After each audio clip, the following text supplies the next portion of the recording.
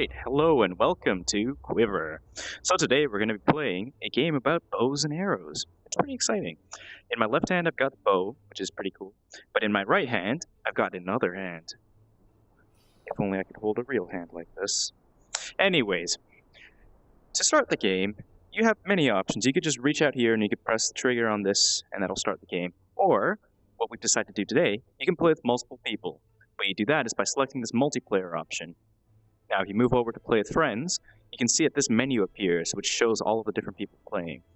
Now, because the person I'm friends with is already playing the game, I can just select join. However, if I wanted to create my own game, I could reach down here and press the trigger on create private game, and that would let me create my own game for other people to join. For now, I'm just going to join my friend, and I can see, oh, there's actually two people in here. Hey guys, you guys have very red eyes. Have you been sleeping enough? So, without further ado, we can begin the game by reaching out for this orb and pressing the trigger. So, now I can see my friends here, hunched over as they do, and yeah, we can start the game. Now, you might not have seen that, but the way that I reached for the arrow, I'm afraid, is by reaching behind my head and pressing and holding the trigger. This makes this bow's arrow appear sort of in a Wolverine fashion. Now, if you put it on the bow, it automatically clips on and stays on there, and as long as you're holding the trigger, you can pull back further and it'll go further. So as you can see, we've been practicing by shooting my friend in the face with this arrow, and he's shooting me. How pleasant. So, the further you pull back, the further it goes. You want to prevent those blue dudes from hitting that gate, because that is our wonderful gate of justice and dignity. So, the way that we do that is by closing up these supplementary gates, which prevents the guys from getting to our main gate. Now, as you can see there, I've got a special arrow which causes explosions whenever it hits the guys in the head. So, headshots are very important to this game because not only do they kill them in one hit, but they also repair your barriers. So as you can see on this barrier, it's actually got a whole bunch of blue crystals on it. That indicates the health of the barrier. So, if all of those crystals fall off, then the barrier will explode and you'll be teleported back. And the main way that this happens is those guys approach it and they start smacking it up, just like I'm not sure, like me, I guess, by my marks. It's really hard coming up with witty things to say. Anyways, so, as you can see, my friends got teleported up here when we came up here and closed the gate. Now it would appear that I am defending the gate rather poorly, might add. So, as we got here, you can teleport around by shooting through these little blue hoops. So if I shoot my arrow up there, I'll actually teleport up there. You'll also find these little scattered pots around, which contain a special arrow. This one is special because it actually shoots out and becomes several different arrows. So, by shooting up over there, we can actually close the gate. More people up here actually makes the gate close a little bit faster. Hey. Betrayal. Anyways, so, as you can see the gate's closing. We've got this almost completely closed. And what we'll find is that once that closes, my friend will teleport up here, and we'll be able to continue further along the canyon. Also, any enemies that were over there end up dying, which is pretty cool and very useful, because we can't really get back there anymore, unless they break down our barrier. So, up until this point, you've mostly seen the standard move, which is these little blue dudes with very large axes. There are actually multiple different types of enemies, but they don't appear until a little bit later. So, until then, we'll just be playing, and when something of interest happens, we'll switch back, I suppose.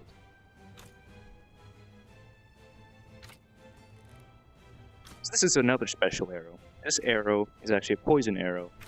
When you shoot it, a little cloud will appear that'll prevent the enemies from walking through unscathed.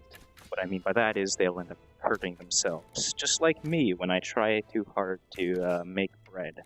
You might be wondering, how is it possible to hurt yourself making bread? Well, there's a long story behind that, and it involves a dough mixer, and an evident inability to attach it to the mixer. But I won't go into that right now, because we're playing QuiVr. Long story short, though, always read the instructions on products before trying to use them.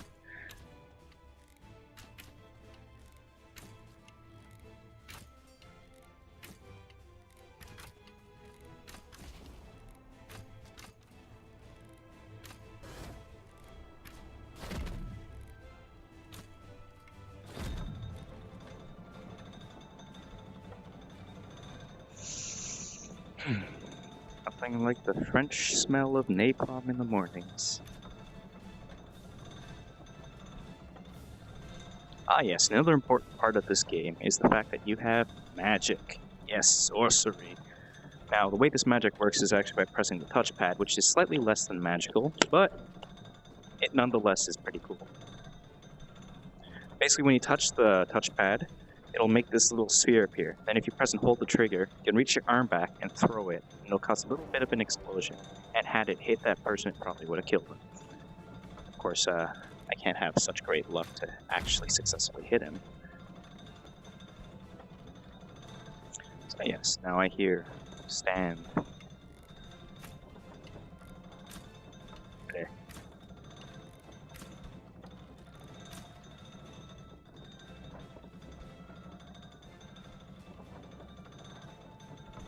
Is nobody talking to me? What did I do wrong?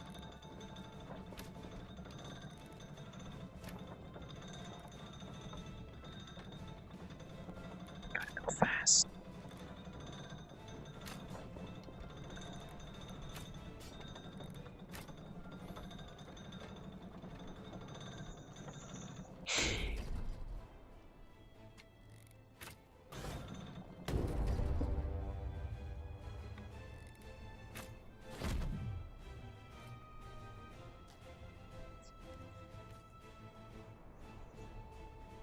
Nice weather we're having.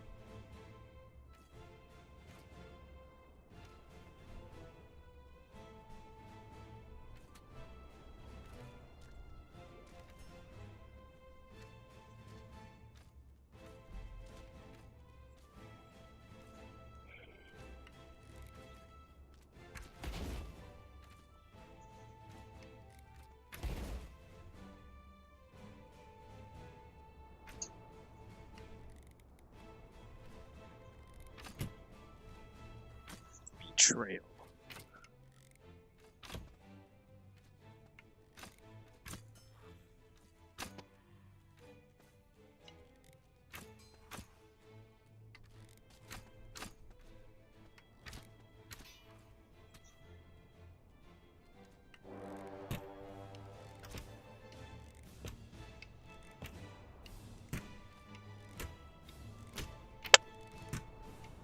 Ouch.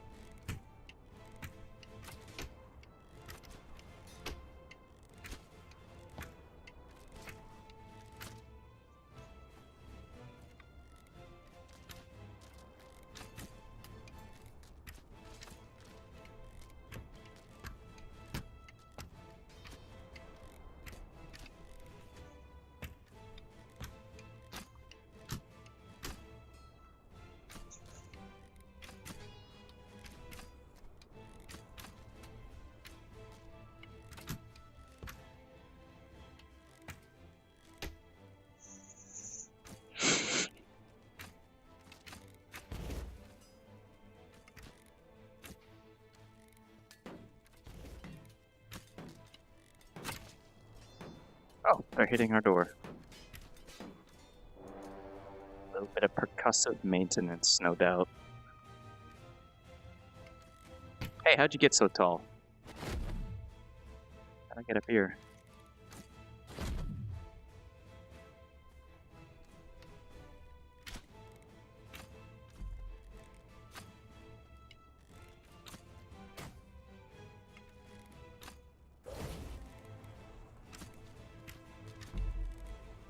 Seriously, how'd you guys get so tall? Something in the water.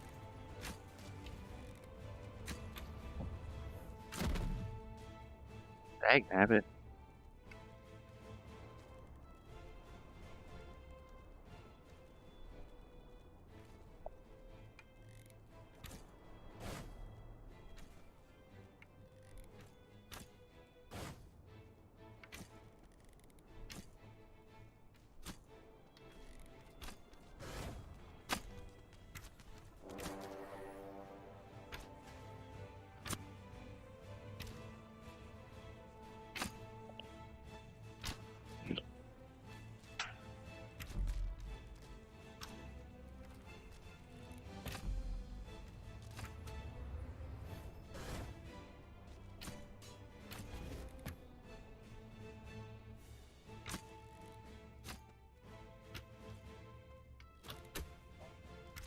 Where these mans at?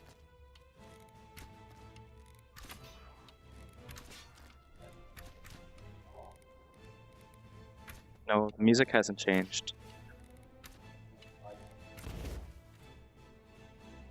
Where these mans at? Yep, so as you can see, we've got a good variety of different enemies now. So we've got these flying dudes, and we've got these not flying dudes, but actual teleporting dudes. Those guys are kind of annoying because they actually move forward a lot faster. Yeah, we're gonna die. GG, guys. Ripperonis. There goes our barrier. So, we evidently failed to protect that barrier, but all is not lost because we have several more barriers that we will likely lose in a similar fashion because all things are futile, etc. Your face is lag. No, the boss is not here yet. Because he doesn't like you, Darren. Gosh darn it. It's all your fault. Actually, it's probably all my fault. Probably doesn't like my commentary. Also, the sensors in this are a little bit wonky. These guys are running.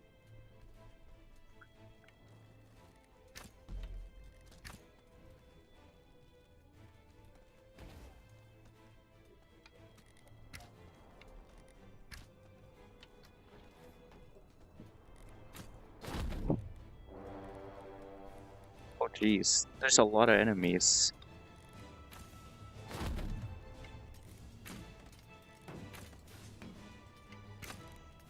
It's all Bodan's computer's fault.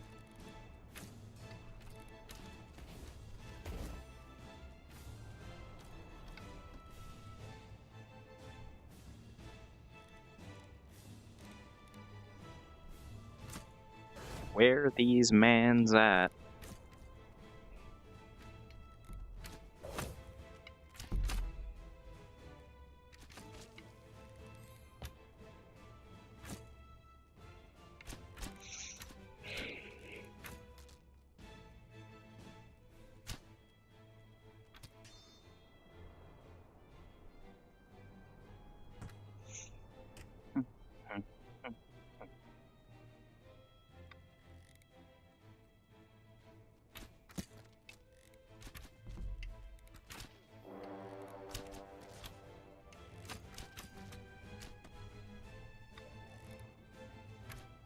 No, the music hasn't changed yet.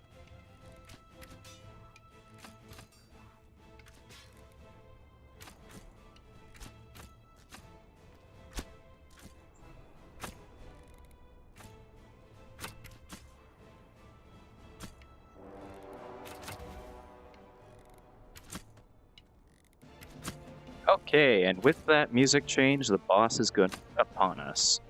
We're probably gonna need to get up to high ground, because just like Star Wars, the high ground is where it's at. What I mean by that is, it's where our legs will remain on our torsos and so forth. For those of you who haven't watched Star Wars, spoilers. Anyways.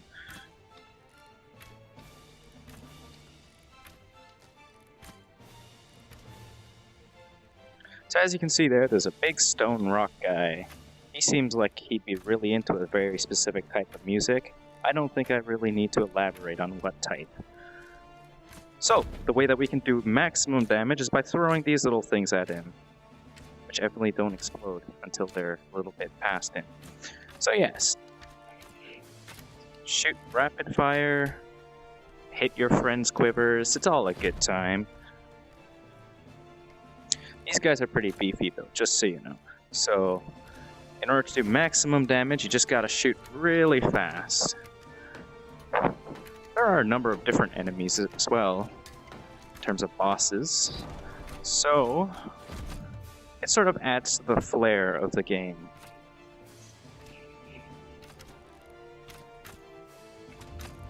And with that, we blew him up. So, that's it. Thank you for watching.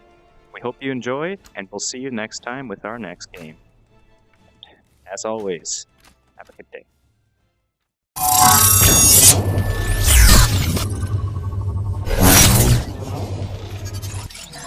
Какие-то